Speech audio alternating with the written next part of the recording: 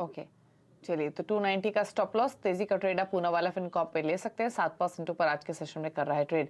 लेकिन चलिए mid caps का हाल लेकर आते हैं आपके सामने। इंडेक्स तो आपने देखा अभी अभी हल्के दबाव के साथ ही ट्रेड कर रहा है, 40 अंक नीचे, 40-50 अंक नीचे निफ्टी का मिड कैप इंडेक्स है, 56 अंकों के दबाव इनफैक्ट देखने को मिल रहा है। पॉकेट्स देखेंगे तो पहले आपको दिखा देते हैं एक पॉकेट जहां पर तेजी है, वो है आईटी पैक, और आईटी में L&T tech services, Mphasis, Happiest Minds, Zensar tech 5%, 6% तक के मूव्स इन सभी शेयर्स में दिखेंगे, और बाकी तमाम पॉकेट्स आपको मिड कैप्स में दबाव के दिखेंगे। फार्मा दिखाते हैं जहां पर दबाव है, Aurobindo pharma, Syngene, Krishna diagnostics, Indoco remedies 2% नीचे, ऑरोबिंदो फार्मा, सिंजिन 3-3.5% नीचे है अर्निंग्स के बाद, इंडोको रेमेडीज 8% नीचे आज के सेशन में। एनबीएफसीज में दबाव, IB housing, MNM financial, L&T finance यहां 5% तक की गिरावट देखी जा रही है। सरकारी बैंकों में गिरावट है, प्राइवेट बैंक्स भी इनफैक्ट प्रेशर में, आरबीएल बैंक जैसे स्टॉक्स भी आपको गिरावट के साथ ट्रेड करते हुए दिखेंगे।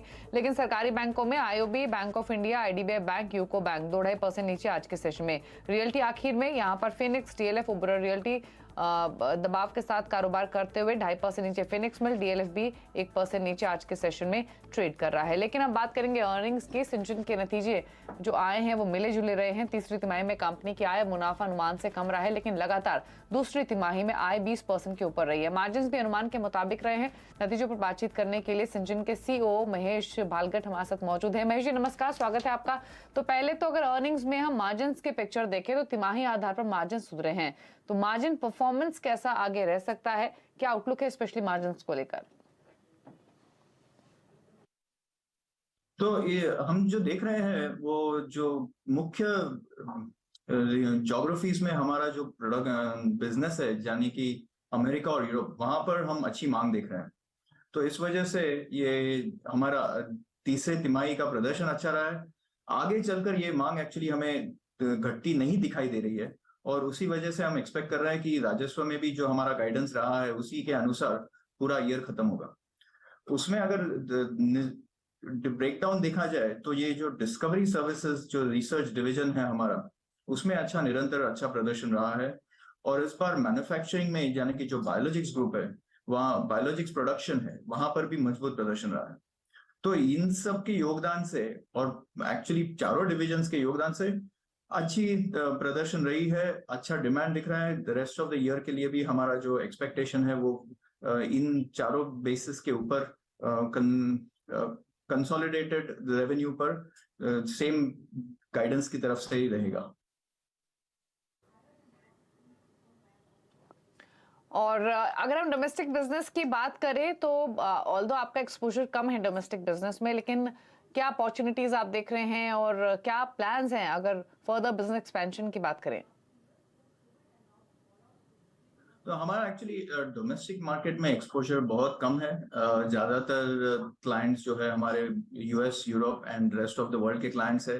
ओवरऑल जो डिमांड दिखाई दे रही है हमें उसी तरह से दिखाई दे रही है, प्राइमरली कमिंग फ्रॉम के research services. Actually development services में जो है वहां पर भी हमें उसी ज्योग्राफीज यानी कि यूएस और यूरोप से ही दिखाई दे रही है।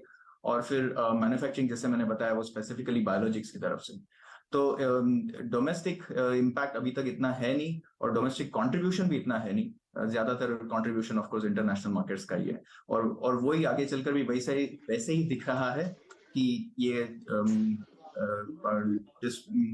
डायनामिक्स चेंज नहीं होगा इन द नियर फ्यूचर।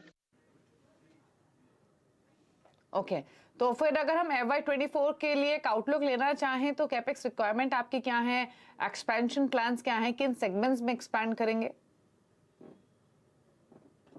हाँ, तो हमने कुछ साल पहले टोटल $550 मिलियन का कैपेक्स प्लान बनाया था।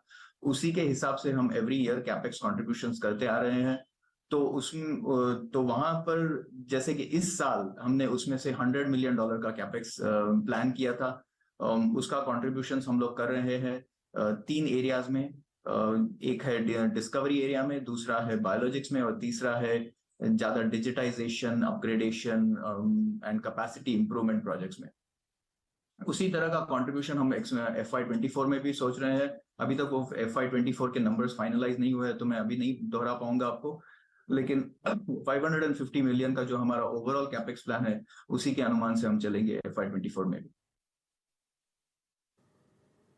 ओके, चलिए शुक्रिया आपका महेश जी अर्निंग्स पर बातचीत करने के लिए। स्टॉक हालांकि अर्निंग्स के बाद 3-3.25% नीचे ट्रेड करते हुए 585 के लेवल्स पर रुक रहे हैं। ब्रेक के लिए, ब्रेक के उस पर बात करेंगे बजट एक्सपेक्टेशंस की और आज चर्चा करेंगे रेलवे सेक्टर की। जल्द वापस आते हैं।